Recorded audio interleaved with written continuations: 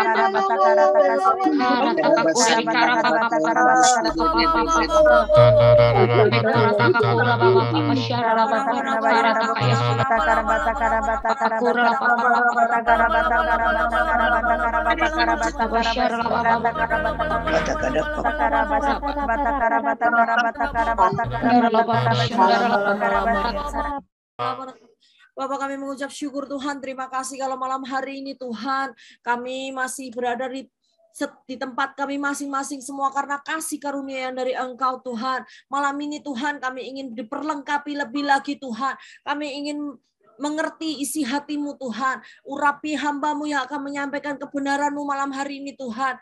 Urapi untuk Pastor Aven yang akan memimpin pujian Tuhan.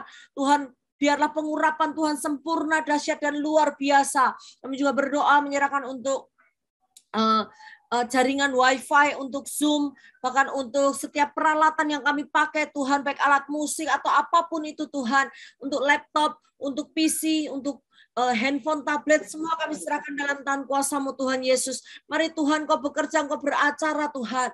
Biarlah malam ini dahsyat dan luar biasa Tuhan, dan kami siap untuk menerima sesuatu yang baru Tuhan.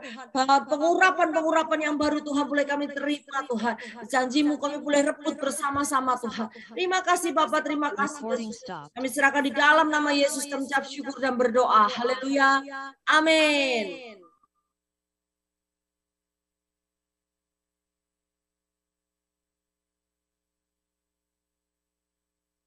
Haleluya. Shalom para pahlawan-pahlawan, prajurit-prajurit gagah perkasa, dan murid-murid Tuhan Yesus yang setia. Mari kita siapkan hati kita untuk memuji Dia sebelum kita belajar, memberikan ucapan syukur pada Tuhan, dan bangkit untuk Tuhan Yesus. Amin. Haleluya, haleluya, haleluya. Let's give thanks to the Lord. Hallelujah. Thanks to the Lord, our God and King. His love endures forever. For He is good, He is above all things. His love endures forever. Sing praise, sing praise, sing praise, sing praise.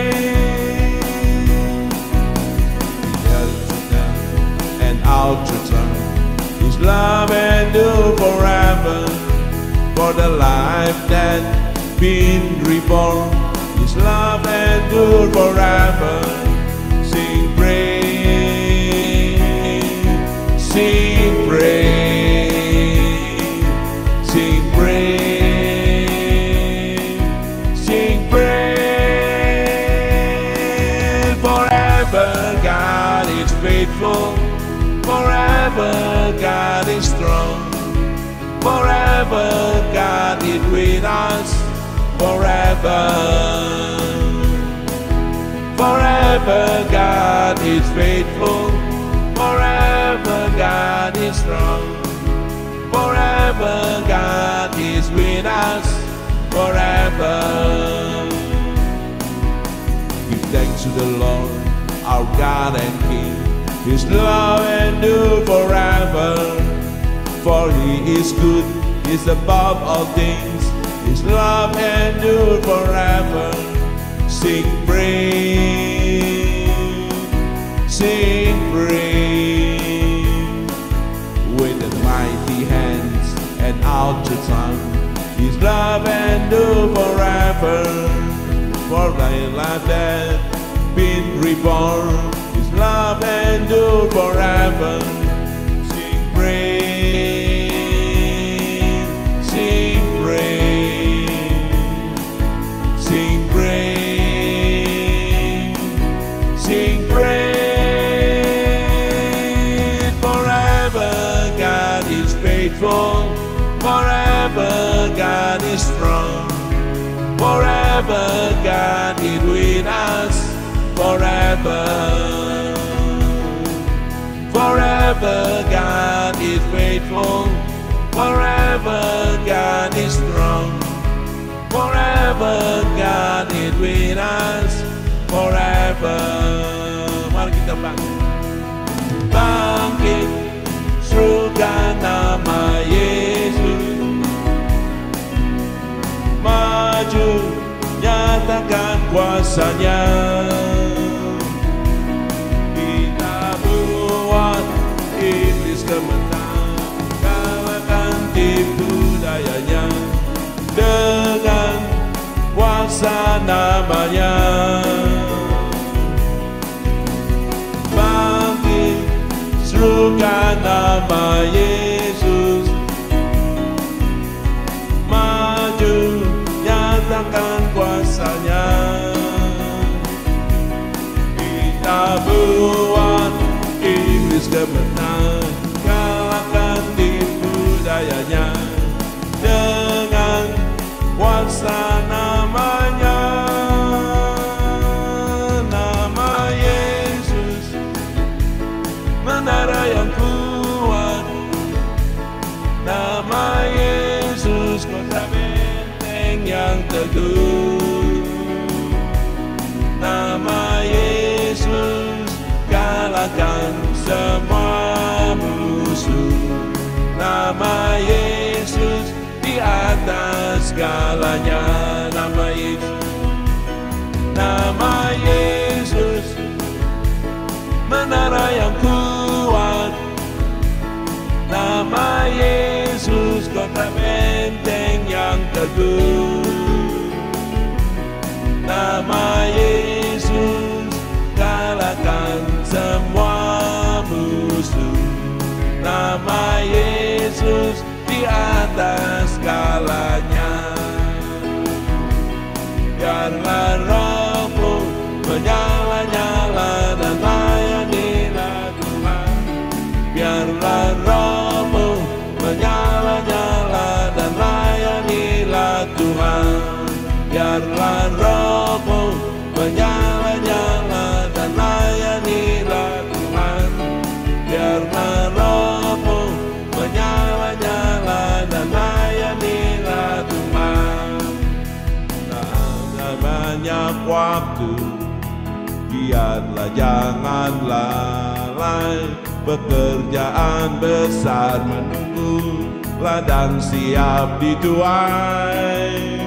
Tanggalkan segala beban dan dosa yang merintangi. Berlari pada tujuan, panggilan surgawi. Biarlah rohmu menyala-nyala dan layanilah Tuhan. Biarlah rohmu menyala-nyala dan layanilah Tuhan. Biarlah rohmu menyala-nyala dan layanilah Tuhan. Biarlah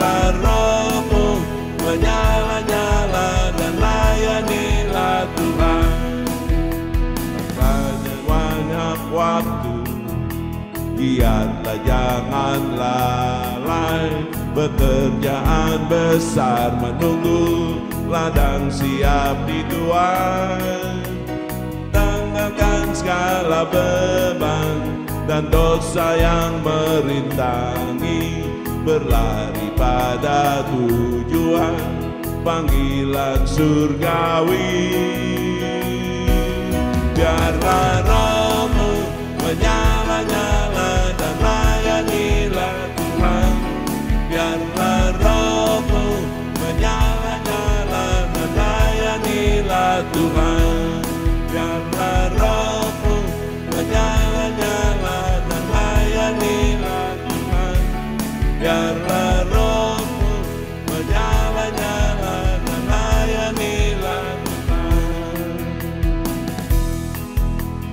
Inilah zaman Elia, nyatakanlah firman Tuhan. Dan inilah zaman hamba-Mu, Musa, kebenaran dipulihkan. Dan meskipun zaman ujian, cobaan, pedang gelap dan kegelapan, laparan, di belantara kita akan tetap berseru, siapkan jalan bagi Tuhan. Dia datang di atas awan dan berbinar, surya kebenaran, angkat suara. Ini tahun Yobel, dari Bukit Sion keselamatan datang. Dia datang di atas awan, tampil bersinar, surya kebenaran, angkat suara. Ini tahun Yobel, dari Bukit Sion keselamatan datang. Inilah zaman Yehezkiel, tulang kering dihidupkan. Dan inilah zaman hamba-Mu, Daud, bait pujian dipulihkan. Dan inilah zaman tuayan besar, ladang dununing di dunia. Kamilah bekerja di kebun anggur-Mu, nyatakanlah firman Tuhan. Dia datang di atas awan, tampil bersinar, surya kebenaran, angkat suara. Ini tahun Yobel, dari Bukit Sion keselamatan datang. Dia datang di atas awan, tampil bersinar, surya kebenaran, angkat suara. Ini tahun Yobel, dari Bukit Sion keselamatan datang. Yang telah ada, yang ada, yang akan datang. Yang telah ada, yang ada, yang akan datang. Yang telah ada, yang ada, yang akan datang. Yang telah ada, yang ada, yang akan datang. Haleluya, Tuhan Yesus segera datang. Amin. Mari kita siapkan hati kita. Oh, haleluya, haleluya, haleluya.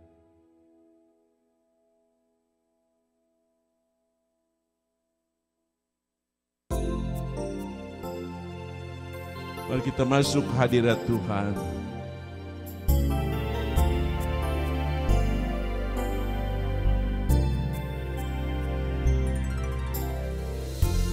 Ku masuk ke hadirat-Mu, di tempat kudus-Mu Tuhan. Tiada kata-kata selain puji dan sembah. Saat ini alangkah indahnya Tuhan bersama-Mu selalu,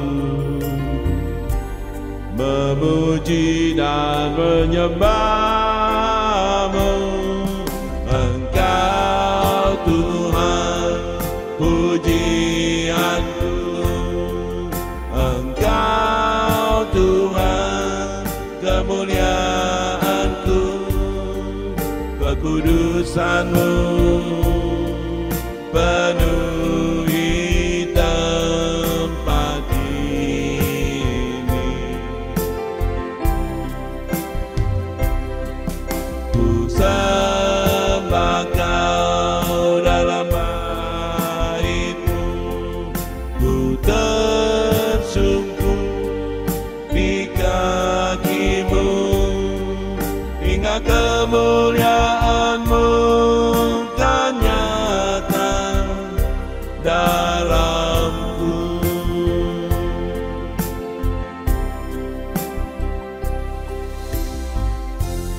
Ku masuk ke hadirat-Mu, di tempat kudus-Mu Tuhan. Tiada kata-kata selain puji dan sembah. Saat ini alangkah indahnya Tuhan bersama-Mu selalu, memuji dan menyembah-Mu. Engkau Tuhan pujianku, Engkau Tuhan kemuliaan-Ku, kekudusan-Mu penuh.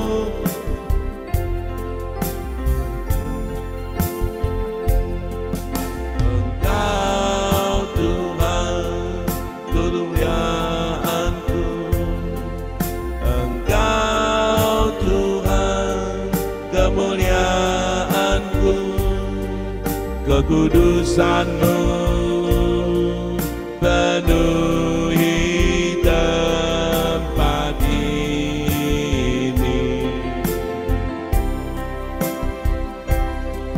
Ku sembah Kau dalam bait-Mu, ku tersungkur di kaki-Mu, hingga kemuliaan-Mu kan nyata, hingga kemuliaan-Mu kan nyata dalamku.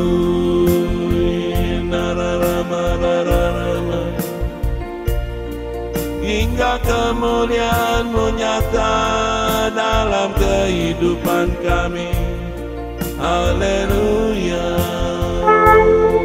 haleluya, haleluya, haleluya. Saat indah ku berhadapan dengan-Mu,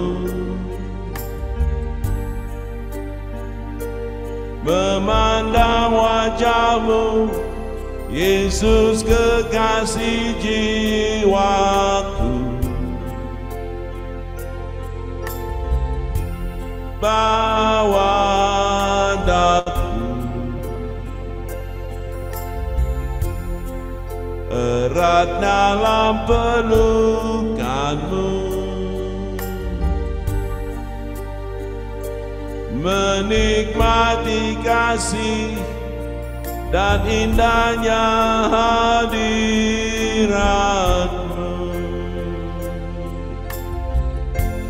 Hadirat Tuhan, ku rasakan kekudusan-Mu Bapa, penuhiku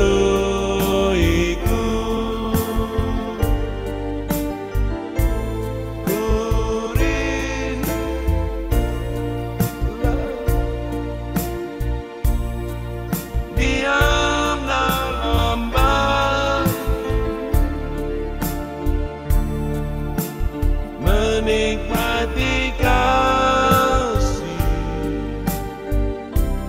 anugerah-Mu.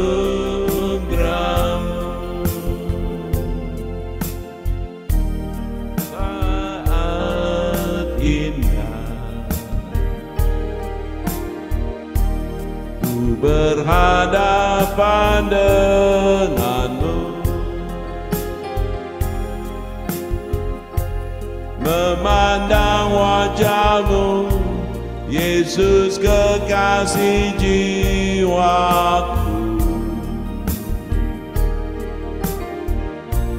Bawa daku erat dalam pelukan-Mu, menikmati kasih dan indahnya hadirat-Mu.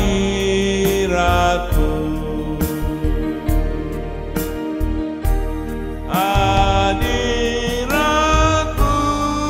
Tuhan, ku rasakan kekudusan-Mu Bapa, penuhiku.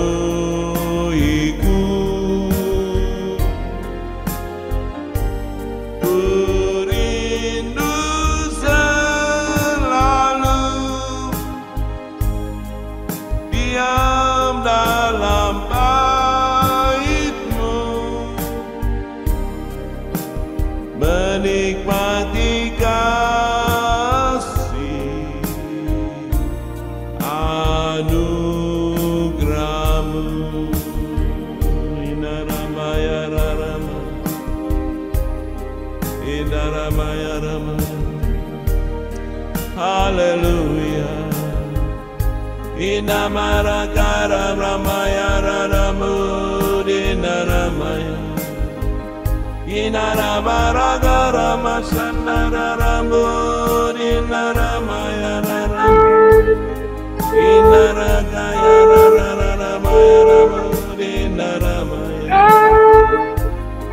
Iyarabaya ramaya ramaya ramaya ramaya ramaya ramaya. Inabaragara raramasandaramu dinaramu.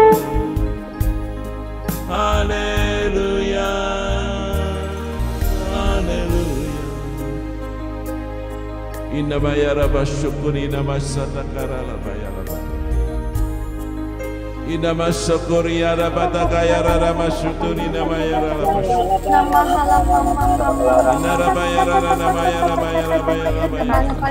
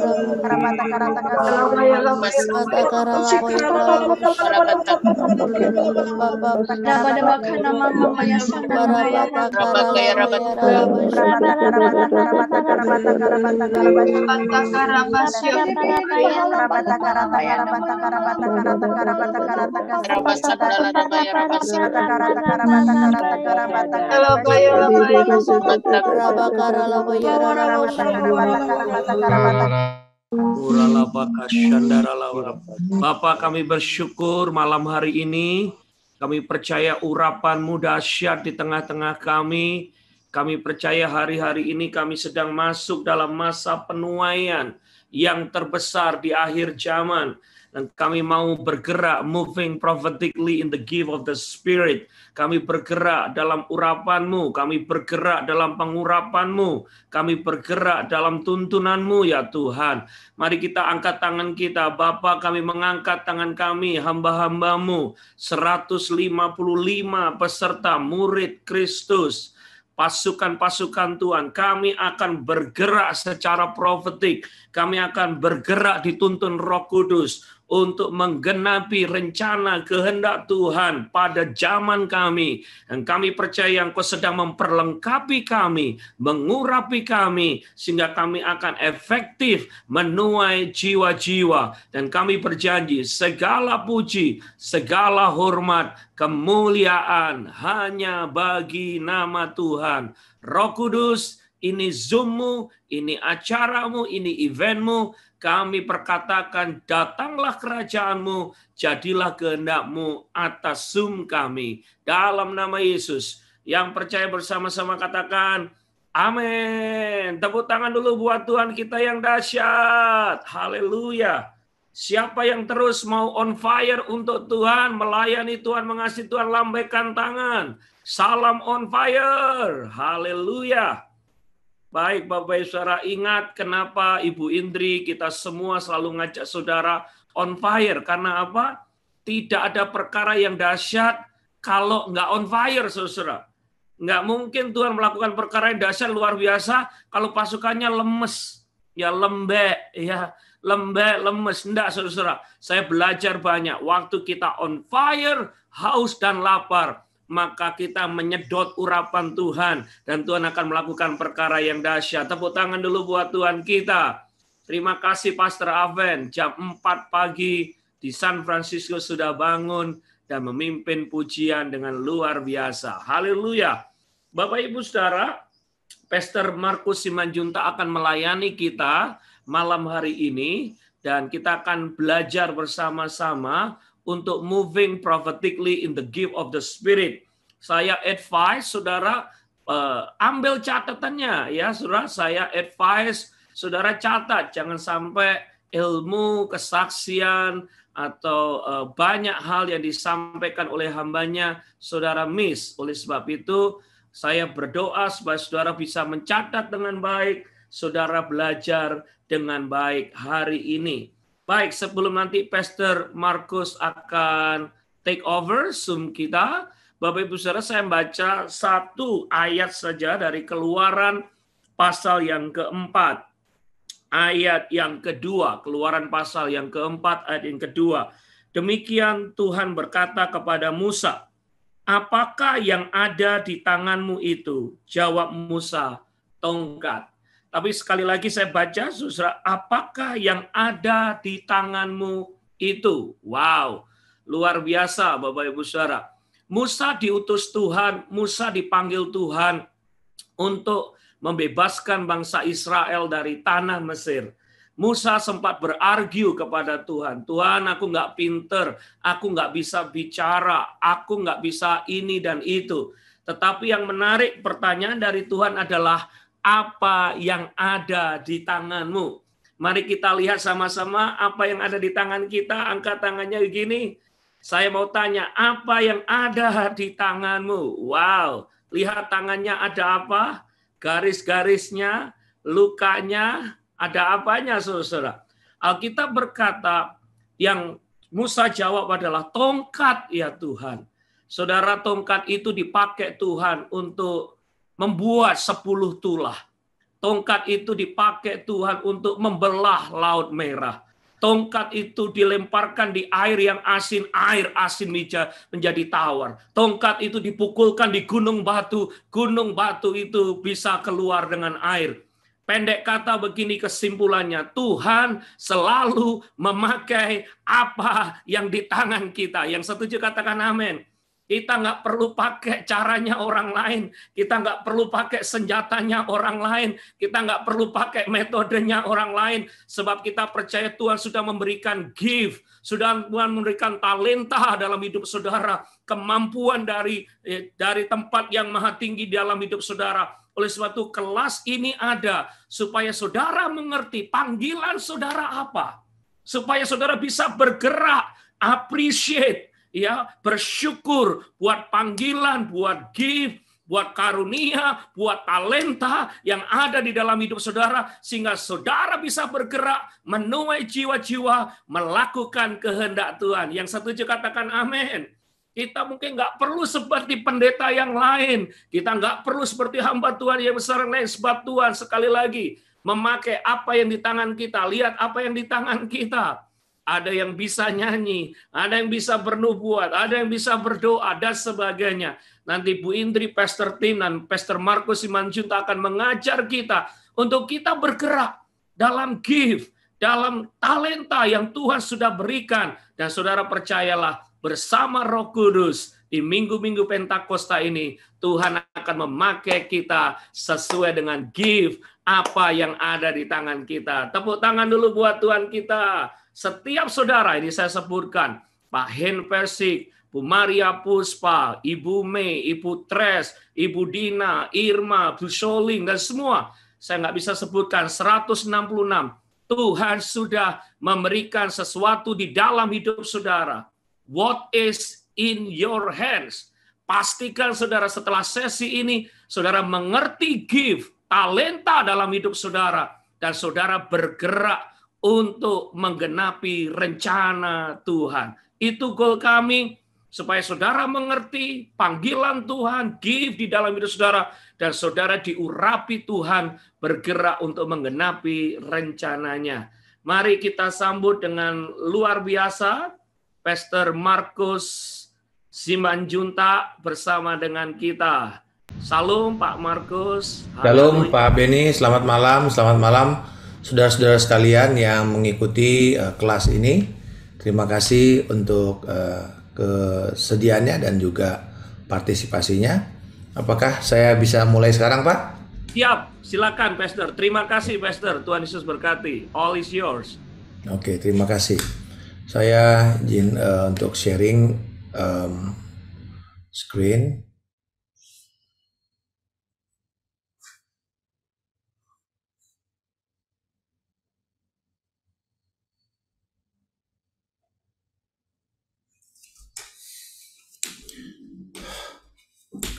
Baik, kita akan melihat dari 1 Korintus pasal yang ke-12, karismata atau karunia-karunia rohani. Kalau kita bicara karunia, karis, itu artinya pemberian. Berarti bukan yang diusahakan. Bukan karena kita puasa. Bukan karena kita sudah sangat saleh. Kemudian kita dipercayakan karunia itu, tidak. Tapi dikatakan bahwa karunia itu adalah pemberian. Dikatakan ya di dalam 1 Korintus pasal yang ke-12 ayatnya yang ke-8 sampai 10. Sebab kepada yang seorang roh, perhatikan baik-baik, roh di situ adalah huruf besar. Berarti inilah Roh Kudus memberikan karunia, charis, untuk berkata-kata dengan hikmat, dan kepada yang lain roh yang sama memberikan karunia berkata-kata dengan pengetahuan. Kepada yang seorang roh yang sama memberikan iman, dan kepada yang lain ia memberikan karunia untuk menyembuhkan. kepada yang seorang Roh memberikan kuasa untuk mengadakan mujizat, dan kepada yang lain Ia memberikan karunia untuk bernubuat, dan kepada yang lain lagi Ia memberikan karunia untuk membedakan bermacam-macam roh. Kepada yang seorang Ia memberikan karunia untuk berkata-kata dengan bahasa roh, dan kepada yang lain Ia memberikan karunia untuk menafsirkan bahasa roh itu. Kita berdoa. Bapa di surga, di dalam nama Tuhan Yesus Kristus kami bersyukur untuk malam hari ini. Terima kasih Tuhan untuk kerinduan hati dari 168 anak-anak-Mu yang merindukan untuk bisa bergerak di dalam karunia-karunia Roh Kudus yang memang telah Engkau janjikan sebagai hari orang-orang kudus, masa orang-orang kudus yang Engkau siapkan pada saat ini, di mana Engkau telah mencurahkan dan mempercayakan kuasa serta karunia-karunia Roh Kudus kepada setiap kami untuk melayani, untuk menjadikan segala bangsa murid secara efektif dan produktif. Di dalam nama Tuhan Yesus Kristus kami berdoa dan mengucap syukur. Haleluya. Amin. Saudara-saudara, apa yang dikatakan oleh Rasul Paulus kepada jemaat di Korintus ini, kita tahu bahwa jemaat Korintus ini adalah jemaat yang sangat karismatik. Karena mereka sangat penuh dengan karunia-karunia yang luar biasa. Tetapi kita tahu juga bahwa di situ ada problem, di mana terjadi merasa orang itu hebat karunia salah tertentu, dan kemudian juga merasa karunia satu lebih baik daripada karunia yang lain. Tapi hari ini kita akan fokus kepada 9 karunia, dan kita tidak akan habiskan semua. Saya akan bagi ke 2 minggu, nanti kemudian Pak Timotius akan melanjutkan dengan bagian yang ketiga. Jadi kalau saudara lihat ada 9 karunia. Oke, ada 9 karunia. Dan 9 karunia ini kita bisa kategorikan, kelompokkan ke dalam 3 bagian besar. Oke. Yang pertama disebut sebagai karunia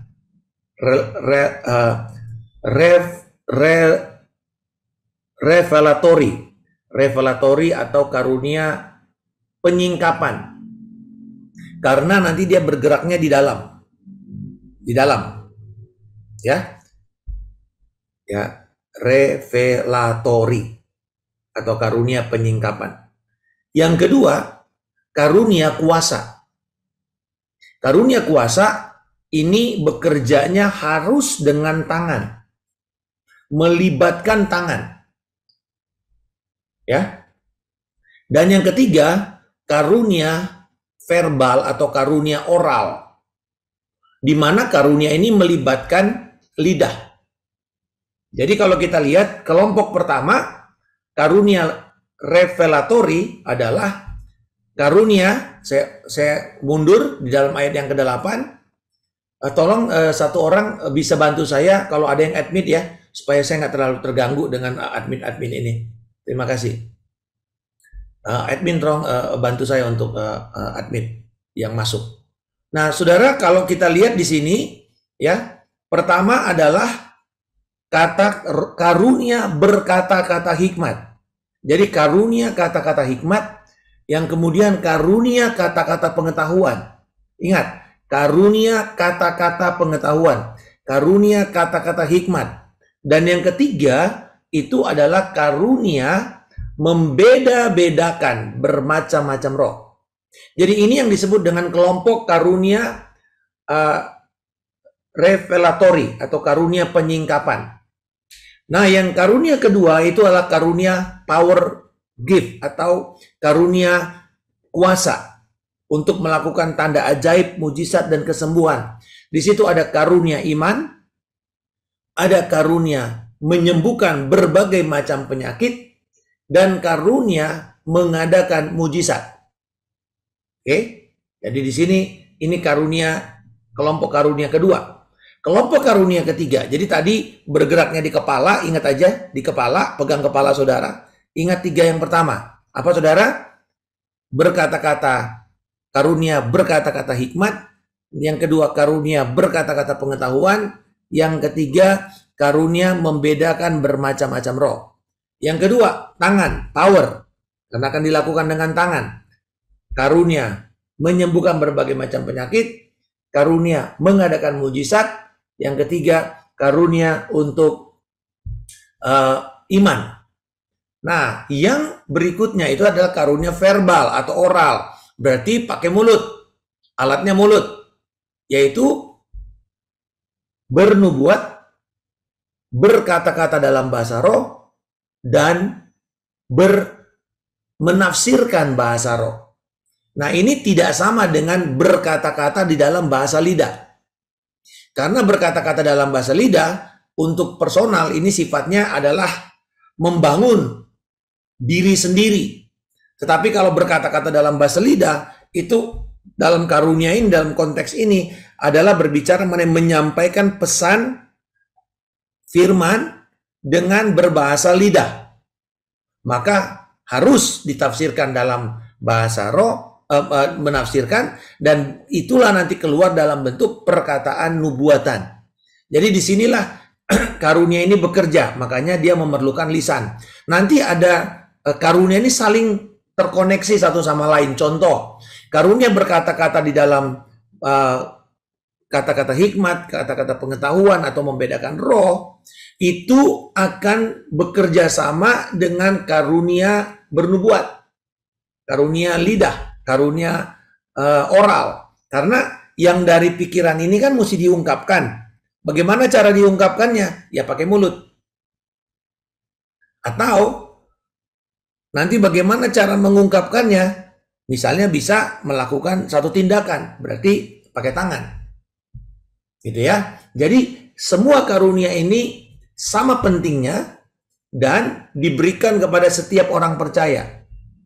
Jelas ya? Nah, kita akan fokus kepada 3 karunia. Pertama yaitu karunia revelatory, karunia penyingkapan. Karunia penyingkapan dimulai dengan karunia kata-kata hikmat. Ingat ya, bukan karunia hikmat. Karunia kata-kata hikmat. Apa nanti bedanya? Saya akan perlihatkan bedanya nanti. Nah, karunia kata-kata hikmat definisinya adalah yang diberikan secara mendadak, secara impromptu, ya, secara langsung, dan berupa mujizat dari Roh Kudus. Jadi ini tidak dipersiapkan untuk menjawab sebuah keadaan khusus atau untuk menjawab sebuah persoalan atau pertanyaan.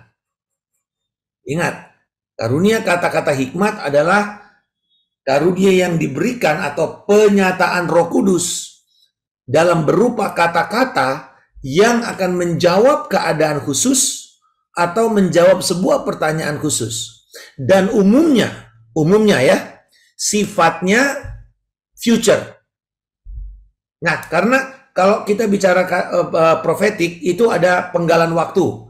Kemarin atau masa lalu, past, present, dan future. Nah, karunia kata-kata hikmat itu biasanya dari present ke future. Oke? Dari present ke future. Jadi dari masa kini ke masa depan. Itu karunia kata-kata hikmat. Oke? Nah, sebagaimana contohnya?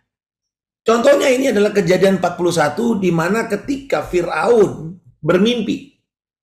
Lalu dia bingung, dia nggak bisa tidur, dan kemudian dia bertanya. Tetapi dia tahu bahwa kadang-kadang ahli-ahli nujumnya ini cuman mencocok-cocokkan saja.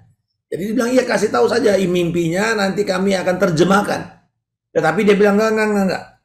Kalau sungguh-sungguh kamu memang tahu, kamu orang hebat, orang pinter, kamu harus yang kasih tahu mimpi saya. Lalu bilang, wah susah, mana mungkin ada yang begitu. Nah, itulah waktunya di mana Yusuf keluar dari penjara. Dan kemudian kita tahu bahwa juru minum itu mengingat akan Yusuf yang pernah menafsirkan mimpi daripada juru minum dan juru roti. Setelah 3 tahun ya dilepaskan. Nah, kemudian dia bilang, tuanku, ada seorang Ibrani yang pernah menafsirkan mimpi saya. Mungkin bisa dipanggil.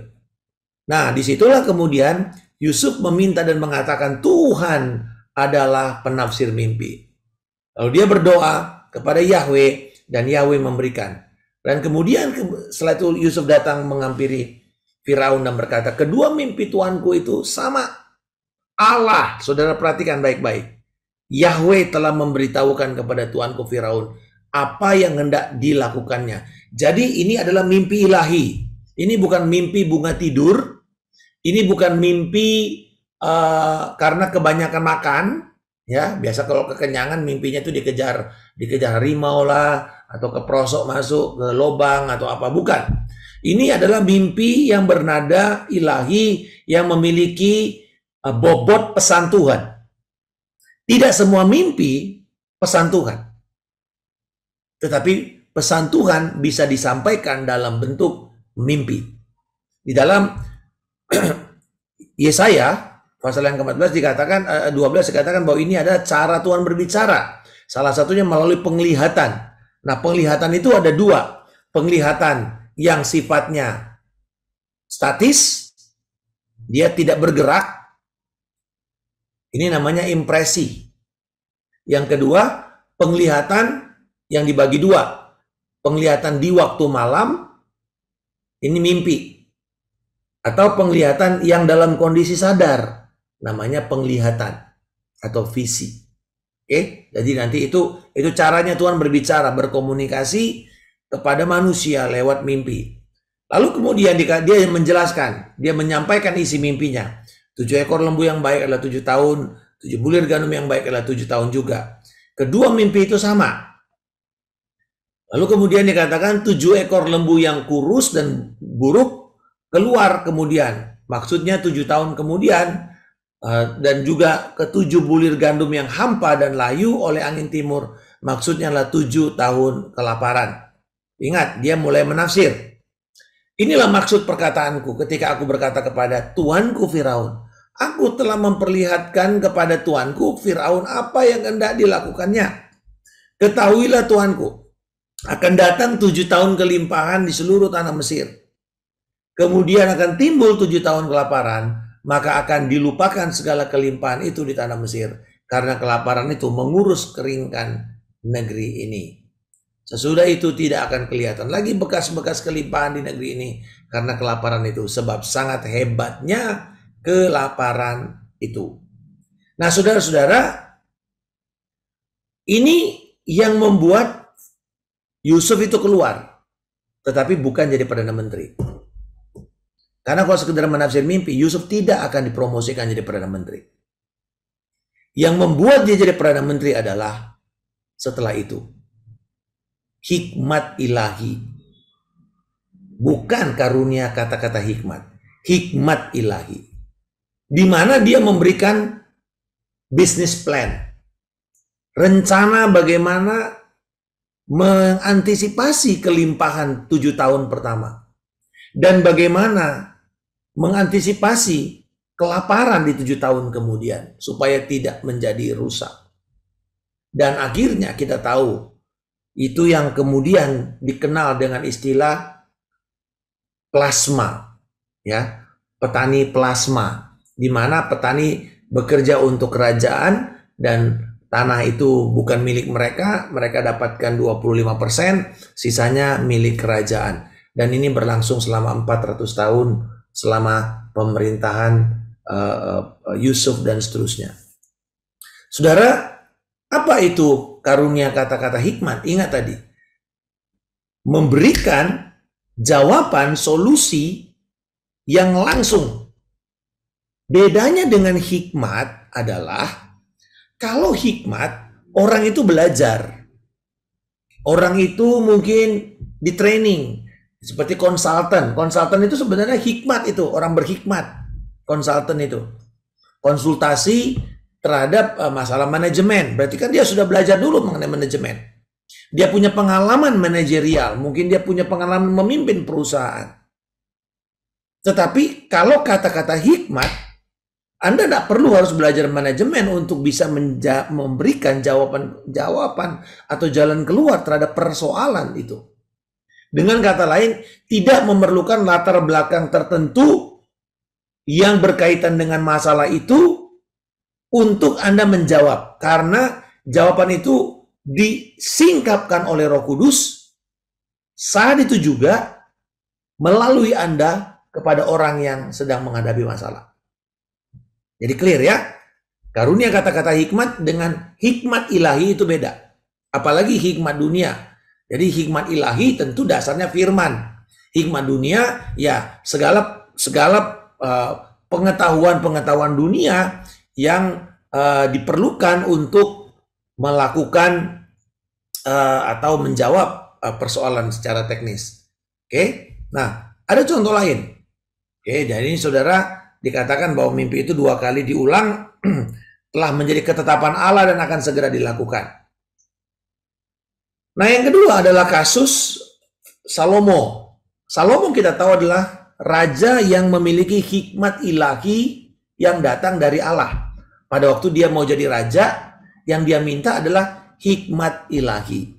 Oke, hikmat ilahi. Tetapi ini yang dia lakukan, dia sedang bergerak dengan kata-kata hikmat. Karunia kata-kata hikmat. Jadi saudara-saudara, karunia kata-kata hikmat bukanlah Anda menaruh di story, WA story saudara, kata-kata bijak. Nah itu bukan. Itu bukan karunia kata-kata hikmat. Kata-kata bijak itu ya sederhana. Sebuah hasil dari pembelajaran Anda karena baca buku. Atau karena ikut pelatihan. Tetapi itu bukan karunia kata-kata hikmat. Karena bukan diinspirasikan atau diiluminasikan, disingkapkan oleh Roh Kudus. Itu hanya mungkin Anda belajar, Anda baca, Anda dengar sebuah quotes, Anda baca dari kutipan di quotes of the day, Twitter atau apa saja. Mari kita lihat yang kedua kasusnya adalah Salomo. 1 Raja-Raja 3:16. 2 orang ini berdiri menghadap raja. Dan kemudian, nah saudara perhatikan ya, perempuan sundal. Jadi ini dua-duanya perempuan gak benar. Ya. Lalu kemudian, ini lihat kasusnya. Perempuan yang satu mengatakan, Tuanku, aku dan perempuan ini diam dalam satu rumah. Aku melahirkan anak dan pada waktu itu di rumah itu ada dia.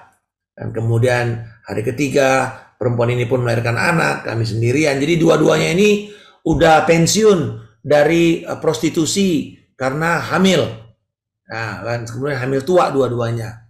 Dan tidak ada orang di luar bersama-sama dengan kami dalam rumah. Hanya kami berdua saja di dalam rumah tersebut. Dan pada waktu malam anak perempuan itu mati karena ia menidurinya, jadi ketindian, ya ditidurin oleh orang tuanya. Mati anak itu. Pada waktu tengah malam ia bangun, ia mengambil anakku dari samping sementara hambamu ini tidur. Dibaringkannya anakku di pangkuannya, sedangkan anaknya yang mati dibaringkan di pangkuanku. Ketika aku bangun pada pagi ia menyusui anakku, tampaklah anak itu sudah mati. Dan ketika aku mengamati pada waktu pagi, tampaklah bukan dia yang ku lahirkan. Kata perempuan yang lain, bukan, anakku lah yang hidup dan anakmu lah yang mati. Tetapi perempuan yang pertama berkata, bukan, anakmu lah yang mati dan anakku lah yang hidup. Begitulah mereka bertengkar di depan raja.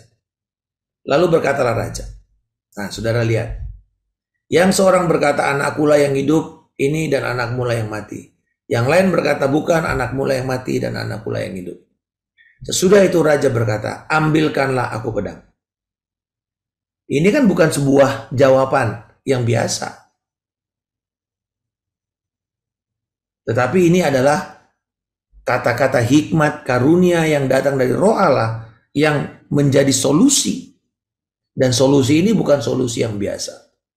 Dibawanya pedang itu ke depan raja, lalu kata raja, penggallah anak yang hidup ini menjadi 2. Berikan yang setengah kepada yang satu dan setengah kepada yang lain. Kata perempuan yang mempunyai anak yang hidup itu kepada raja. Sebab timbullah belas kasihan terhadap anaknya itu, katanya, ya Tuanku, berikanlah kepadanya bayi yang hidup itu, jangan sekali-kali membunuhnya. Tetapi yang lain berkata, supaya jangan untukku ataupun untukmu, penggallah. Ini yang namanya mentalitas kepiting, saudara tahu ya, mentalitas kepiting. Kalau orang bertikai, memperebutkan sesuatu, daripada kamu yang dapat atau aku tidak dapat, mendingan dua-duanya nggak dapat. Jadi barangnya dirusakin, gitu. Kalau kamu jatuh, aku juga jatuh. Kalau aku jatuh, kamu juga harus ikut jatuh. Itu namanya crab mentality, ya. Yaitu bareng-bareng bukan karena solidaritas, tapi karena iri. Nah, yang sama dengan perempuan ini. Tetapi raja menjawab, berikanlah kepadanya bayi yang hidup itu. Jangan sekali-kali membunuhnya, karena dialah ibu yang sebenarnya. Saudara-saudara, ketika orang Israel mendengar keputusan hukum yang diberikan raja, takutlah mereka kepada raja. Saudara perhatikan. Sebab mereka melihat hikmat yang daripada Allah ada dalam hatinya untuk melakukan keadilan. Jadi, apakah masalah ini harus terus seperti ini? Jawabannya enggak. Ini bukan menjadi sebuah jalan keluar umum. Ya, jangan dipakai, oh ya dulu begitu ya kita bikin sekarang begini. Enggak. Karena ini adalah kata-kata hikmat yang Tuhan berikan kepada seseorang untuk kasus tertentu di masa tertentu. Jadi jangan digeneralisir, ya. Jangan. Kita lihat contoh ketiga di Perjanjian Baru. Ini Paulus ketika dia sedang ada dalam perjalanan di laut, lalu dikatakan mereka mengalami kapal yang terombang-ambing. Lalu kemudian Paulus berkata, saudara-saudara, jika sekiranya nasihatku itu dituruti, supaya kita jangan berlayar dari Kreta, dari pulau Kreta, kita pasti terpelihara dari kesukaran dan kerugian ini. Perhatikan, berarti sebelumnya Rasul Paulus sudah memberitahukan kepada kapten kapal itu, jangan berlayar sekarang. Tetapi Paulus apa dasarnya dia? Ada nggak dia seorang pelaut? Bukan.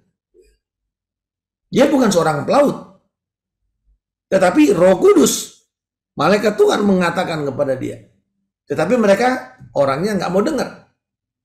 Nah, tetapi sekarang juga dalam kesukaran ini, aku menasihatkan kamu supaya kamu tetap bertabah hati, sebab tidak seorang pun di antara kamu yang akan binasa. Perhatikan. Satu, dia sedang melampukan suatu nubuatan. Tidak ada satupun dari kalian yang akan mati, kecuali kapal ini yang hancur. Jadi dia sudah bernubuat dan berbicara mengenai apa yang akan terjadi di masa depan. Ya, future. Karena tadi malam seorang malaikat dari Allah. Jadi dia sudah mendapatkan kunjungan malaikat, yaitu dari Allah yang aku sembah, Yahweh, sebagai miliknya, berdiri di sisiku. Jadi apa yang Rasul Paulus katakan ini datang dari penyataan Roh Kudus atau malaikat Allah yang menyampaikan pesan kepada mereka. Dan berkata, jangan takut Paulus. Engkau harus menghadap Kaisar, dan sesungguhnya oleh kasih karunia Allah, maka semua orang yang ada bersama-sama dengan engkau di kapal ini akan selamat karena kamu. Jadi perhatikan ya, akan selamat. Kamu akan dibela Tuhan. Karena tujuannya kamu mesti menghadap Kaisar. Kamu mesti membela kasusmu di mana dia diancam hukuman mati oleh Kaisar. Sebab itu, tabahkanlah hatimu saudara-saudara, karena aku percaya kepada Allah bahwa semua pasti terjadi sama seperti yang dia nyatakan kepadaku. Berarti dia sudah mulai memberikan sebuah pesan profetik yang tegas. Alkitab berkata, kalau dia nabi palsu, nubuatannya tidak terjadi, dia harus mati. Dia harus dirajam batu. Namun kita harus mendamparkan kapal ini di salah satu pulau. Perhatikan. Dia bukan cuma bernubuat tentang keselamatan nyawa dari semua orang di kapal itu, tetapi dia mulai, Roh Kudus memberikan dia solusi bagaimana menyelamatkan orang-orang yang ada di kapal. Itulah karunia kata-kata hikmat, mendapatkan solusi dari Roh Kudus. Oke?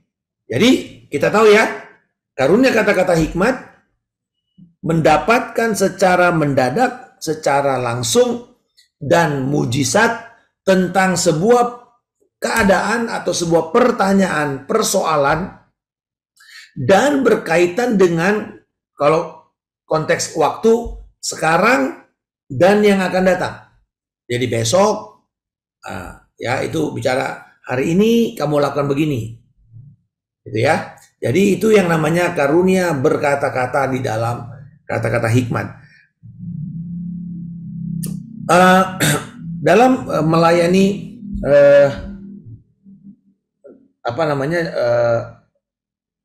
pencurahan Roh Kudus, minggu lalu saya melayani di GBI HOB di Purimol. Setelah ibadah, ada satu orang pemimpin datang sama saya. Dia bilang, "Pastor, saya si Anu, saya ingin menyampaikan sesuatu." "Oh ya, apa?" Waktu retreat 3 tahun yang lalu sebelum pandemik, Pastor berdoa buat kita para pengerja. Dan waktu itu Pastor bilang, "Kamu akan punya anak lagi." Anaknya laki-laki. Ya, anak laki-laki. Dan lalu ada yang lain lagi. Saya katakan mengenai panggilannya.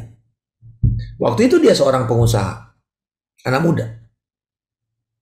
Dan kemudian dia mengatakan, "Puji Tuhan, Pastor. Tuhan memberikan kita sudah dapat anak itu." "Wih, puji Tuhan," saya bilang. Ya.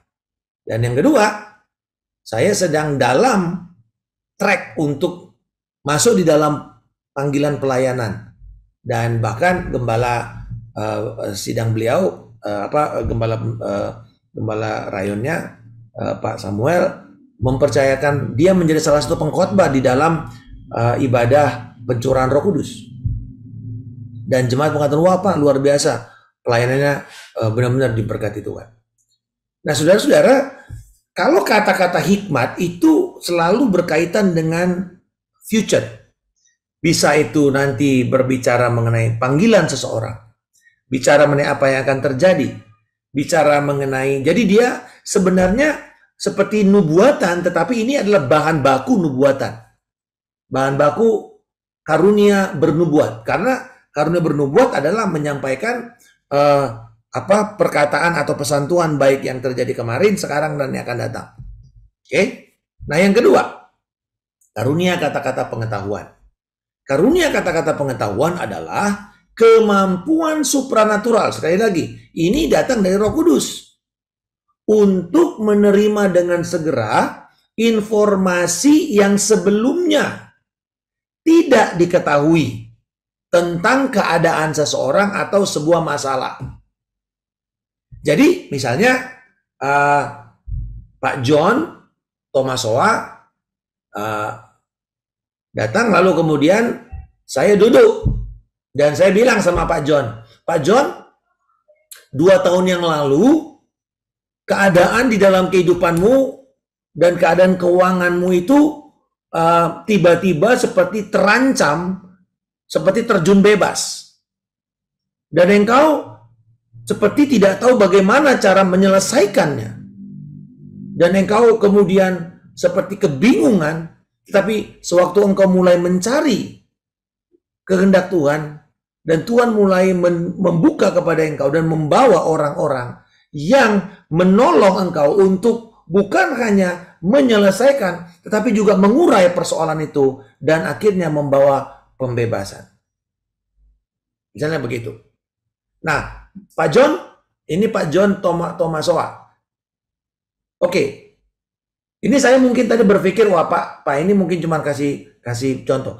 Apakah 2 tahun yang lalu terjadi sesuatu di dalam kehidupan Bapak berkaitan dengan masalah keuangan atau sebuah kewajiban keuangan? Boleh dibuka Pak mic-nya sebentar.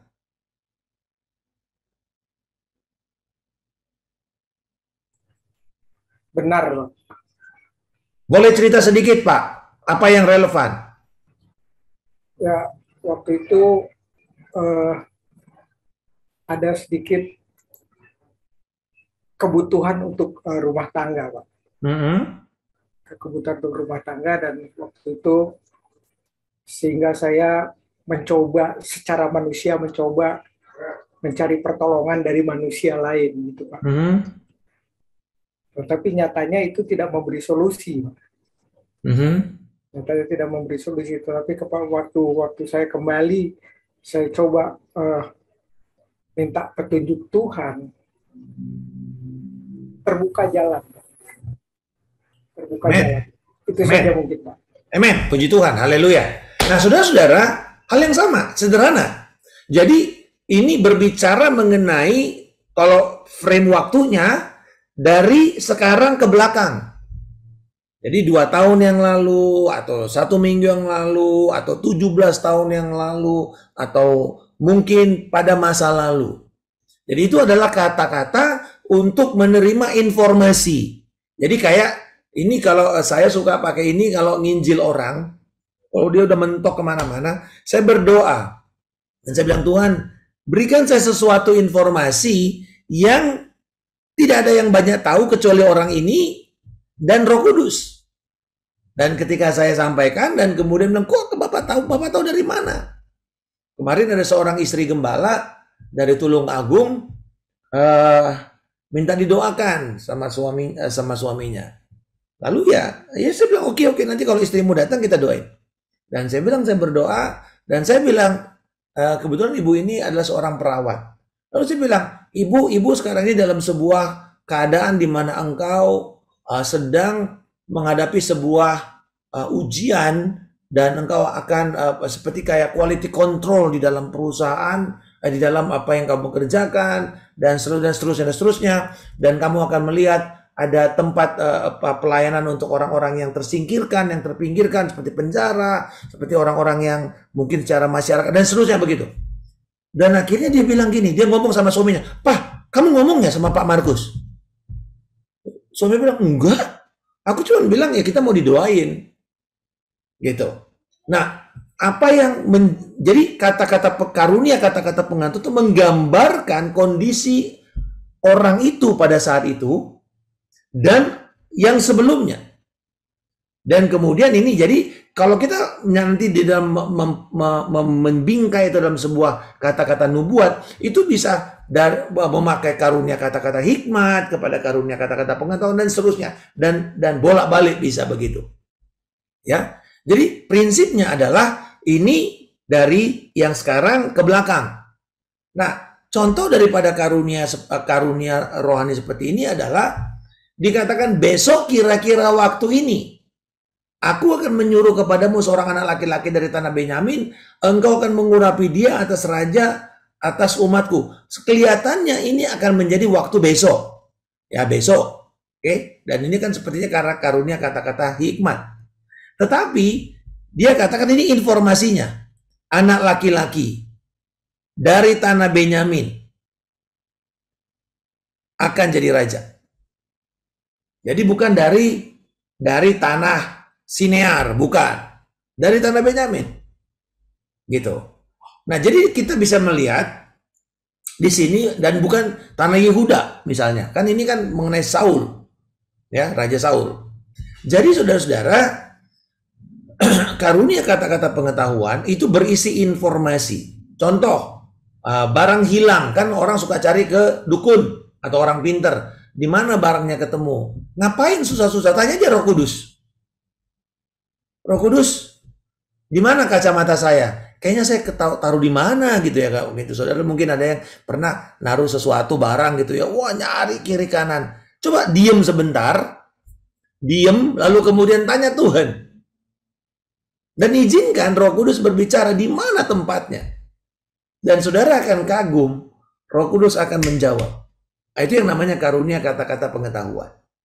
Oh, di sini tempatnya. Tiba-tiba Anda diarahkan ke situ untuk mencari. Ketemu. Ya. Jadi ya bagi saudara yang mungkin sedang terserang penyakit pelupa gitu ya, mungkin bisa mengaktifkan karunia kata-kata pengetahuan ini sesering mungkin. Nah, dan dikatakan ini bicara mengenai ia akan menyelamatkan kedatangan Filistin, aku telah memperhatikan sengsara umatku, dan seterusnya. Ini adalah pemilihan mengenai itu. Tapi kata Elisa, bukankah hatiku ikut pergi ketika orang itu turun dari keretanya mendapatkan engkau? Nah, ini juga bicara ketika Raja Elisa, ya, Nabi Elisa berbicara tentang orang yang akan menjadi persoalan, yaitu siapa? Naaman. Ya. Nah, kita tahu bahwa di sini Naaman setelah disembuhkan, dia pulang. Dia pulang, dan tetapi kemudian dikejar sama Gehazi. Ya. Nah, lalu kemudian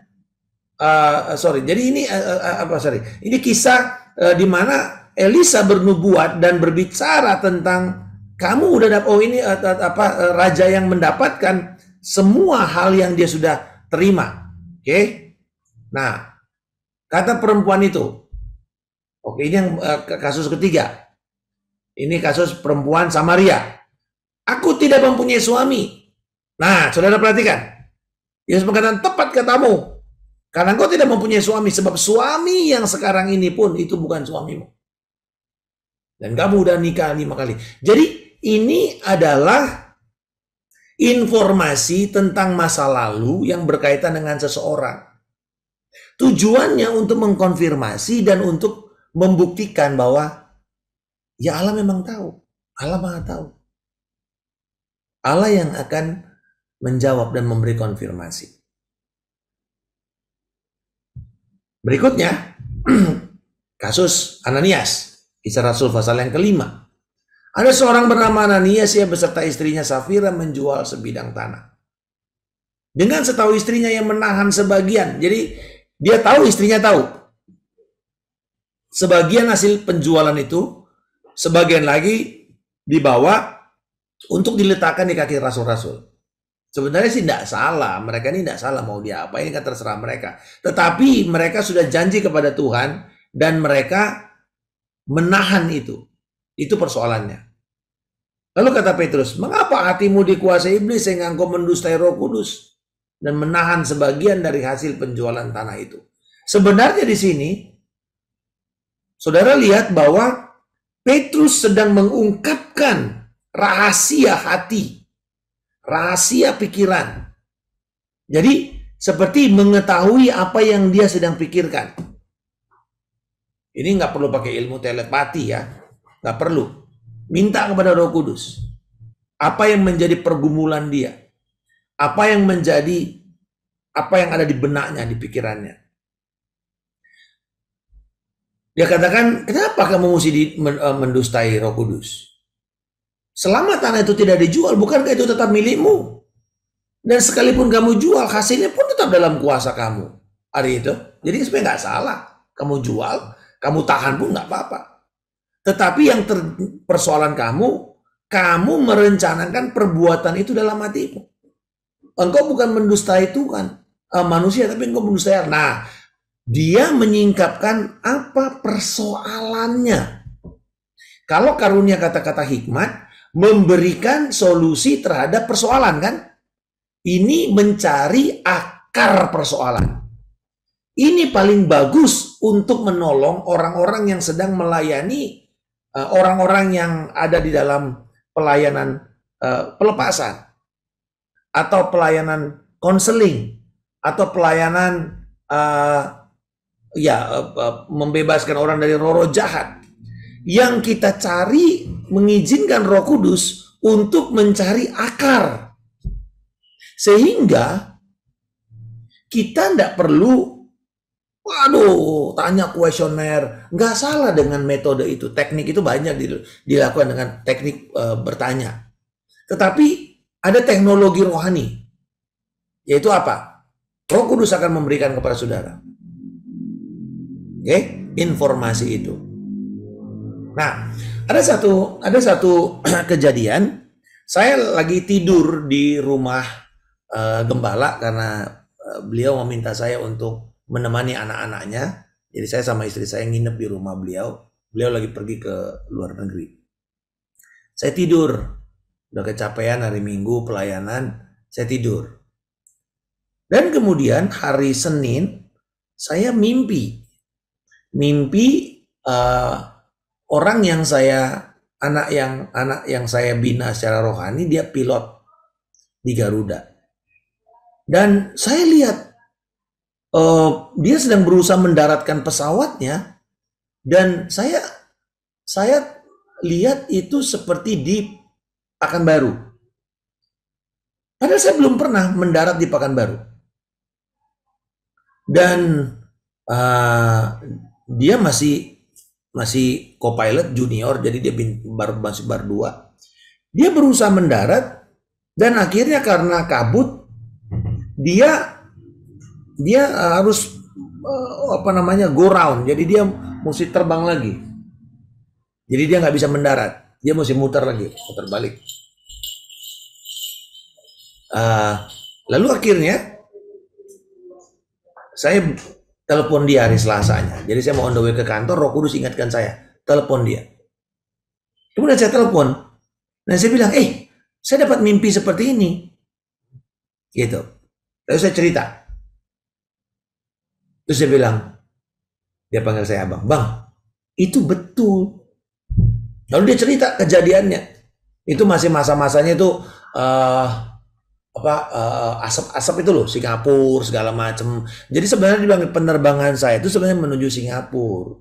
Tetapi kemudian karena Singapurnya tutup, nggak bisa, kita dialihkan dan akhirnya kita mesti dialihkan ke Pekanbaru karena Batam nggak bisa. Dan akhirnya ya di Pekanbaru itu saya hampir overshot, dia bilang tuh, hampir bablas, jadi saya mesti go round.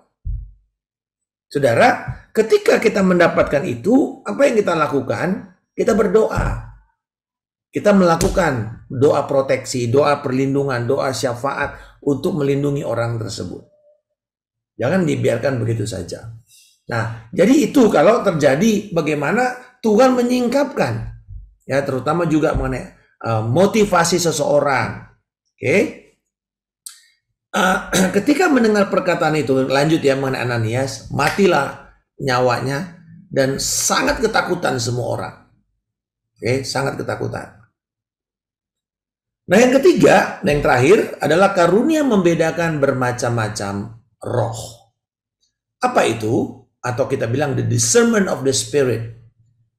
Karunia ini adalah kemampuan supranatural, sekali lagi, pemberian Roh Kudus yang diberikan langsung kepada kita untuk melihat, satu, mengenali keberadaan wujud dari roh-roh jahat maupun kehadiran malaikat, termasuk makhluk ilahi. Contoh, bahkan wujud Yesus. Kalau di kampung dulu, kalau ini iblis bisa bikin tiruannya ini. Orang bilang itu mata setan kah atau apa. Pernah nggak ibu-ibu atau saudara-saudara kalau di kampung dulu jalan kecil ya sama orang ini ya, terus dia bilang, lihat tuh si neneknya si Anu lagi sisiran gitu kan, padahal neneknya udah meninggal gitu kan, nah lewat kuburan gitu, terus lihat itu ada Anu tuh, ada orang tuh duduk di situ tuh. Nah jadi ini adalah tipuan daripada si iblis. Nah tetapi itu yang namanya karunia membedakan bermacam-macam roh, dimulai dari membedakan motif seseorang yang rahasia. Jadi sebenarnya kalau motif rahasia masih ada di area karunia kata-kata pengetahuan. Tetapi kalau karunia membedakan bermacam-macam roh, itu sudah mulai dengan melihat. Jadi dia bisa melihat wujud setan atau roh-roh jahat. Biasanya gini, kalau misalnya lagi orang tuh pelayanan penyakit, sering tidak semua ya, tetapi ada penyakit-penyakit yang memang disebabkan oleh kehadiran roh jahat. Misalnya ada seorang yang ketika dia doakan, dia lihat di dalam orang yang sedang sakit di pundaknya ini ya, ada seperti kayak monyet yang gandul gitu di sininya. Jadi bukan doa untuk kesembuhan, tapi doanya adalah melepaskan orang ini dari kuasa roh itu, dan ketika roh itu jatuh, dia lari, tiba-tiba orang ini mengalami kesembuhan. Nah ini dia, namanya membedakan bermacam-macam roh. Kalau saudara bisa datang ke satu tempat lalu mulai merasa nggak enak, ya orang bilang auranya nggak enak, itu sebenarnya adalah bentuk dari karunia membedakan bermacam-macam roh dalam tingkatan yang paling rendah. Tetapi dengar baik, bulu kuduk berdiri tidak berarti karunia itu sedang bekerja. Kadang-kadang orang merasa, aduh ini bulu kuduk saya merinding nih, ada hadirat Tuhan. Lah setan juga kalau kamu ketakutan juga bulu kudukmu berdiri gitu loh. Jadi jangan buat bulu kuduk sebagai ukuran. kehadiran Allah atau kehadiran roh jahat. Oke? Tetapi Pak, bagaimana dengan orang yang percaya dengan iman? Firman Tuhan berkata Allah ada di kita. Betul. Tetapi ketika misalnya karunia ini bergerak, bayangkan kalau dalam penyembahan, lalu kemudian seorang maju dan mengatakan, saya melihat Roh Kudus, atau saya melihat malaikat turun dan membawa, misalnya gitu ya, membawa ukupan ini dan sedang melepaskan. Apa yang dilihat oleh Yesaya? Nah, itu adalah karunia membedakan bermacam-macam roh. Yang dia lihat serafim, bukan roh jahat. Gitu. Dia lihat malaikat. Jadi, saudara, kadang-kadang ya saya pernah punya anak rohani yang sangat peka dengan karunia membedakan bermacam-macam roh. Jadi dia itu seperti mata saya kalau pelayanan. Nah, buat dia lihat setan, lihat roh jahat, lihat malaikat itu udah biasa. Kadang-kadang saya iri, saya bilang, Tuhan, buat saya itu lihat Yesus gitu loh. Ya, atau lihat malaikat. Tapi kembali lagi, ingat ya, karunia tidak sama dengan karakter. Karunia bukan ukuran sebuah kedewasaan rohani. Karunia adalah alat teknologi pelayanan. Teknologi rohani yang diberikan untuk memperlengkapi setiap orang kudus supaya mereka bisa melayani dengan lebih efektif. Jadi saudara mesti bedakan antara, karena secara rohani orang ini ketika dia bergerak dengan karunianya, begitu akurat. Tetapi di area lain karakternya, dia perlu banyak sekali perjuangan untuk menyalipkan kedagingannya. Marah-marah, segala macam gitu ya. Jadi kita mesti ngerti ya, bahwa karunia itu pemberian Allah. Tidak, kadang-kadang kita berpikir, Tuhan kok, kenapa orang ini yang dikasih, kenapa bukan saya? Dia kan nggak layak. Dia masih bergumul dengan masalah ini dan masalah itu. Nah, itulah karunia. Karena itu diberi cuma-cuma. Dan semakin saudara menghargai karunia itu dengan cara mengaktifkannya terus-menerus, memakainya, maka dia akan tinggal di dalam saudara. Ada pepatah untuk kaitannya dengan karunia itu ini. Practice will makes you permanent. Latihan menjadikan Anda permanen. Latihan yang benar, maka hal itu permanen, yang benar itu permanen. Kayak kalau latihannya salah ya kesalahannya permanen.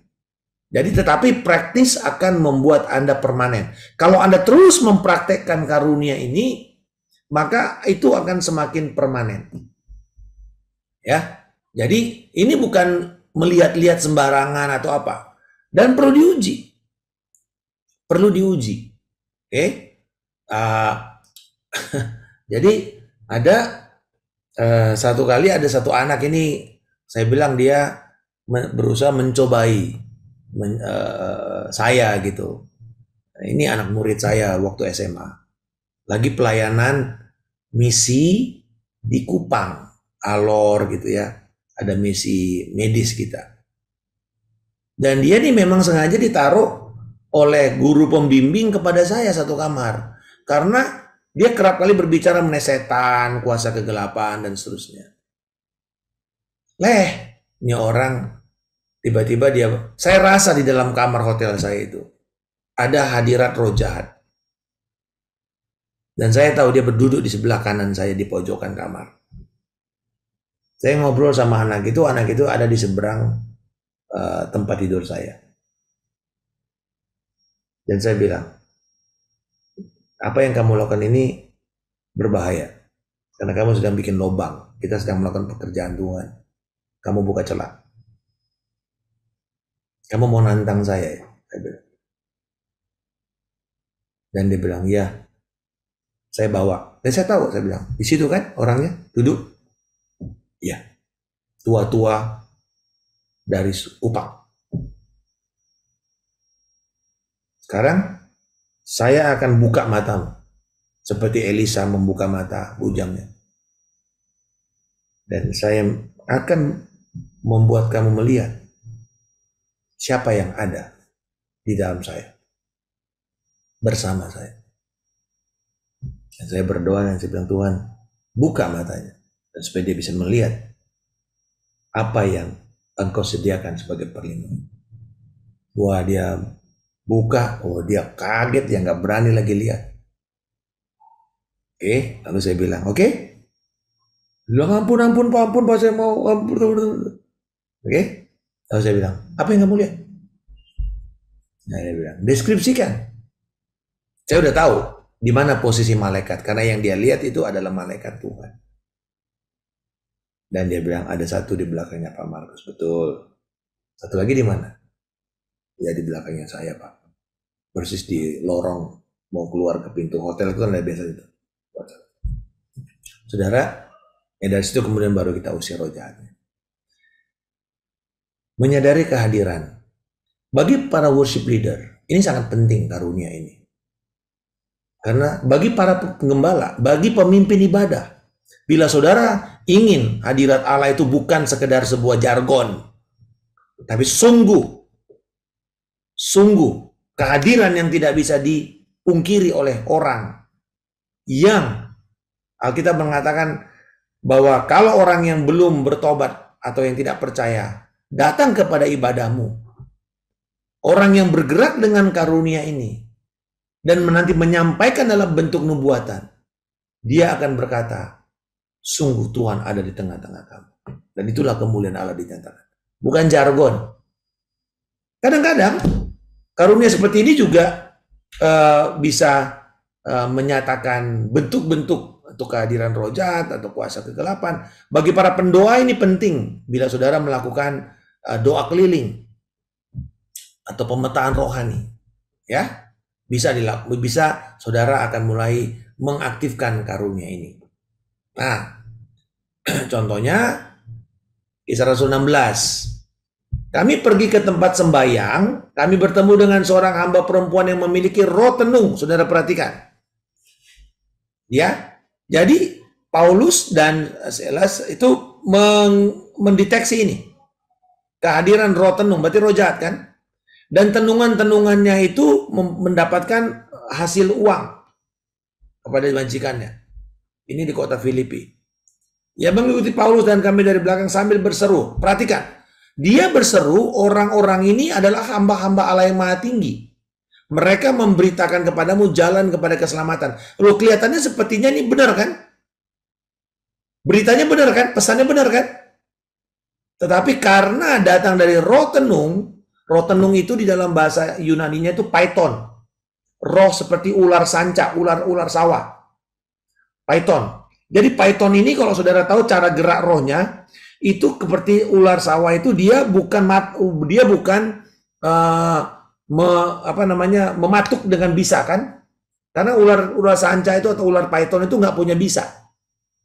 Apa yang dia lakukan? Dia pelan-pelan.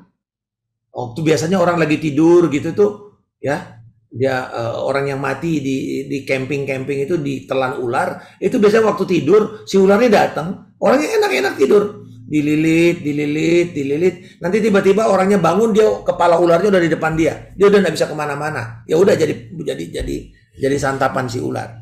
Nah, python spirit ini dikatakan adalah roh yang menyaru seperti pesan ilahi. Tetapi Rasul Paulus dan Silas juga dikatakan beberapa hari lamanya. Dan Paulus, nah saudara perhatikan, tidak tahan lagi dengan gangguan atau iritasi itu. Lalu berpaling kepada roh itu. Demi nama Yesus Kristus aku menyuruh kau keluar dari perempuan ini. Langsung keluar. Jadi dia nggak sebut macam-macam rohnya. Dia langsung bilang, python spirit, keluar kamu sekarang. Keluar dia.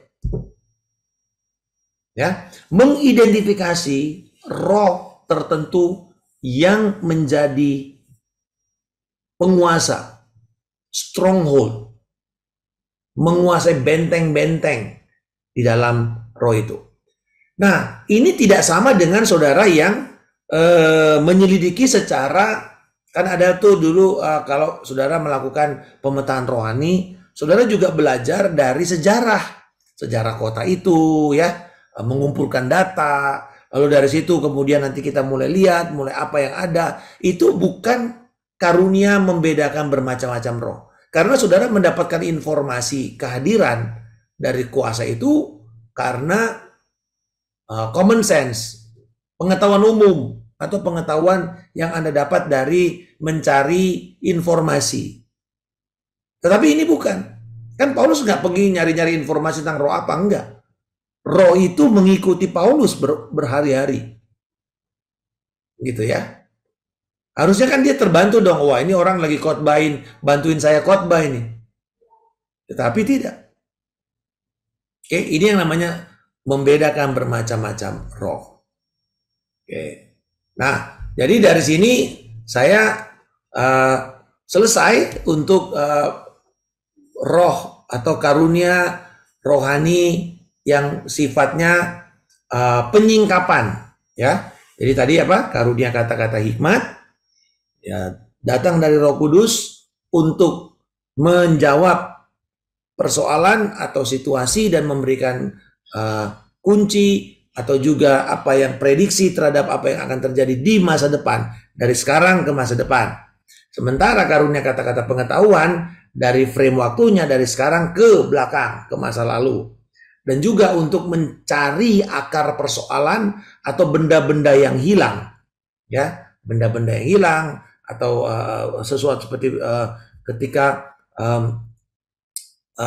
Saul bapaknya kehilangan domanya, keledainya, lalu kemudian dia bilang di sini letaknya. Nah, dia kan ketemu sama apa? Segerombolan nabi-nabi kan, sekolah nabi, gitu ya, diperlihatkan kepadanya, dan dia lalu bahkan ikut bernubuat. Makanya ada pepatah, apakah Saul juga bagian dari para nabi? Nah, artinya walaupun dia tidak memiliki panggilan kenabian, tetapi karena ada impartasi di dalam roh profetik itu, maka dia bisa saja. Makanya saya bilang bahwa ini bukan yang dipelajari, informasi yang bukan datang dari dipelajari. Nah, kira-kira ini kayak kalau di pasukan ketentaraan, ya, ini intelijen rohani. Mendapatkan informasi langsung dari Roh Kudus saat itu juga untuk masalah tertentu. Oke. Nah, yang ketiga adalah karunia membedakan bermacam-macam roh. Makanya bermacam-macam roh, bukan cuma satu roh.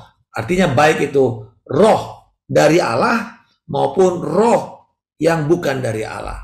Melihat wujud makhluk rohani seperti malaikat, bahkan mungkin Yesus sendiri. Atau saudara melihat kuasa atau kehadiran wujud daripada roh jahat. Ada yang bisanya merasakan, tetapi ada yang bisa sampai melihat wujudnya. Ya. Dan itu ya dua-duanya bisa. Oke. Dan mulai dilakukan bisa dengan impresi. Ada merasa kehadiran. Dan ini ingat, namanya karunia pada waktu kita mulai terapkan itu harus tunduk kepada pengujian. Jadi nggak sembarang kita main hantam kromo aja, tapi kita tunduk kepada pengujian. Nah, jadi dari sini nanti minggu depan saya akan lanjutkan dengan karunia pesan atau menyampaikan pesan, karunia moral, dan ini kerjasama dengan karunia penyingkapan tadi. Terima kasih untuk saat ini. Kita berdoa lebih dahulu. Kita mari berbahasa lidah bersama-sama di tempat saudara. Kiralaba syakararabara kararabararabaraba roboru karalaba sanderalaba karalabasi rumbu syakaraba. Bapa, di dalam nama Yesus Kristus, Tuhan, kami minta pada saat ini Engkau mengatakan penyingkapan ini, karunia kata-kata hikmat, karunia kata-kata pengetahuan, karunia membedakan bermacam-macam roh. Mulai Tuhan, kami berdoa untuk roh iman, beranian, yang mematahkan setiap roh agamawi, melangi yang mengintimidasi peserta ini.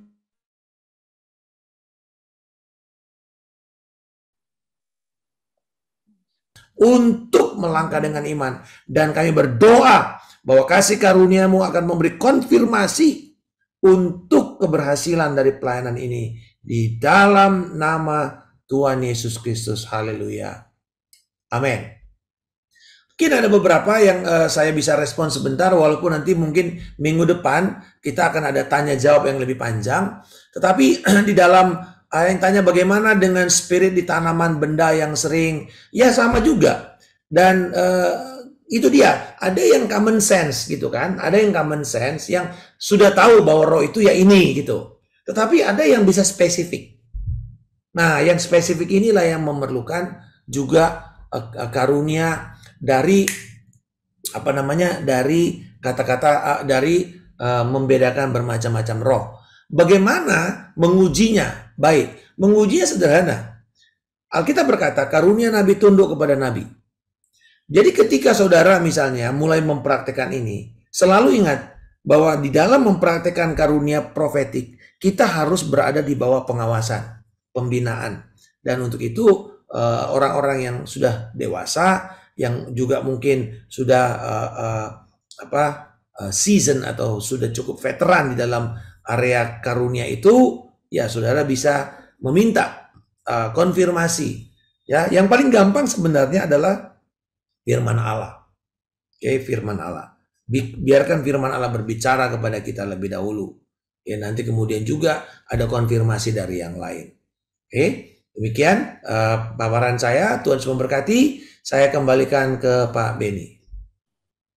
Terima kasih Pastor Markus. Bapak Ibu Saudara, berapa banyak yang diberkati luar biasa malam hari ini. Lambaikan tangan. Wow, saya percaya saya juga dapat catatan yang begitu banyak. Ada beberapa saudara juga punya pertanyaan. Saudara boleh simpan pertanyaan ini. Minggu depan kita akan bombardin Pastor Markus dengan pertanyaan yang luar biasa. Pastor Markus cuma memberikan laporan, ini peserta ini dari segala penjuru dunia.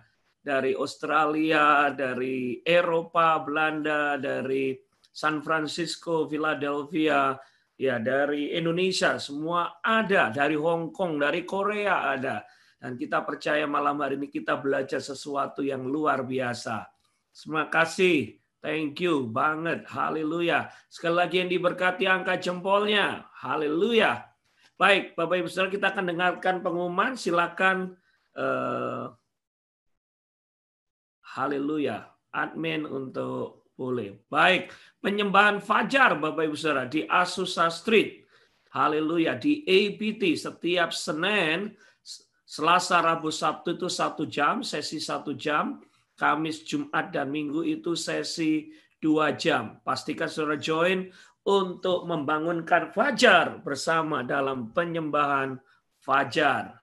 Lanjut, haleluya. Pengumuman berikutnya, Bapak Ibu Saudara, menara doa atau misbah fajar gabungan. Ini bersama dengan GBI, saudara-saudara, dengan 7 menit rema setiap Senin, ya Selasa, Rabu, Jumat, Sabtu itu 1 jam, jam 5 sampai jam 6. Kamis, misbah pagi jam 6 sampai jam 7. Saudara kalau miss penyembahan fajar di EPT, saudara boleh gabung bersama Menara Doa Sinode GBI. Haleluya. Lanjut, catch the fire. Pastikan saudara terus bersemangat luar biasa untuk masuk masa penuaian setiap hari Selasa malam jam 7 malam atau 19.00 WIB. Akan dilayani oleh Pastor Tim dan Pastor Indrawati Kabul. Haleluya. Pengumuman berikutnya, seminar bedah kitab Wahyu bersama dengan Pastor Dani Supanga dan Pastor Tim. Ya, 22 pasal dalam 22 pertemuan. Sabtu 11 Juni jam 1.30 sampai jam 4 sore. Dan minggu ini akan membahas Wahyu pasal yang ke-10. Saudara pastikan kalau saudara mau bersama-sama belajar kitab Wahyu, join bersama kami Sabtu ini jam 1.30 siang. Haleluya. Lanjut. Moving prophetically in the gift of the Spirit. Hari ini kita sudah diberkati oleh Pastor Markus Simanjuntak dan kita percaya minggu depan akan kembali dilayani oleh Pastor Markus, dan kita berharap Anda mengajak teman-teman yang lain untuk kita belajar bersama-sama mengerti atau bergerak secara profetik dalam karunia Roh Kudus. Haleluya. Pastikan minggu depan join lagi dan ajak teman-teman yang lain bersama-sama dengan kita belajar kebenaran firman-Nya. Ini saatnya untuk memberi. Haleluya. Kita sudah diberkati berlimpah-limpah dengan berkat rohani dan jasmani. Sekali lagi, Miracle Institute ini tidak dikenakan biaya, tetapi Anda diberikan kesempatan untuk memberi. Mari kita memberi dengan sukacita. Haleluya. Ada QR code-nya, saudara, BCA, nomor rekening dan sebagainya. Anda memberi dan kita percaya Tuhan sudah memberkati kita berlimpah-limpah. Ya Roh Kudus, bertatalah lebih lagi urapanmu, lawatanmu, kaulah yang ku perlu, kau terutama di hidupku, bekerjalah ya Roh Kudus, bertatalah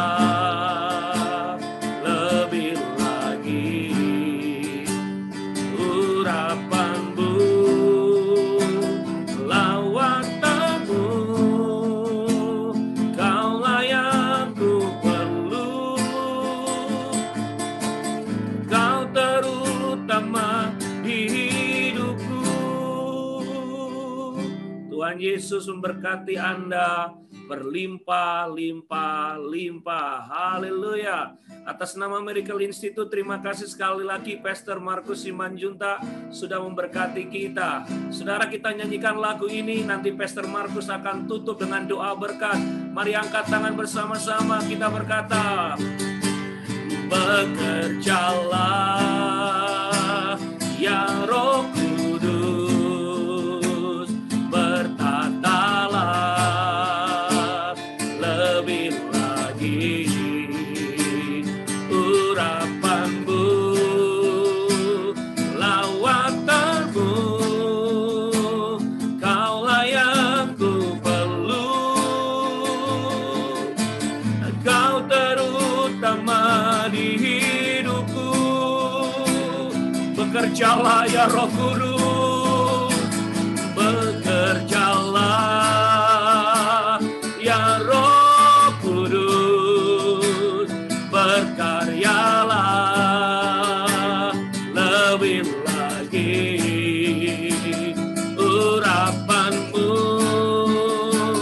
lawatanmu,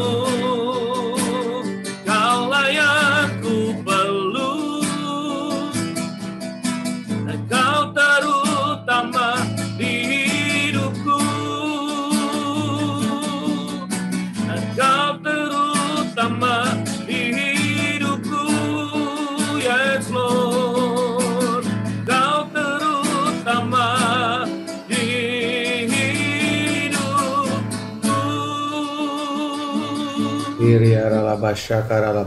Terima kasih Tuhan pada malam hari ini untuk setiap anak-anak-Mu dari segala penjuru tempat di dunia ini, baik di Eropa dan juga Australia, di Asia, bahkan di Indonesia. Kami berdoa Tuhan, Engkau yang telah menaruh kerinduan, dan firman Tuhan berkata kepada Engkau, hai umatku, mintalah kepadaku.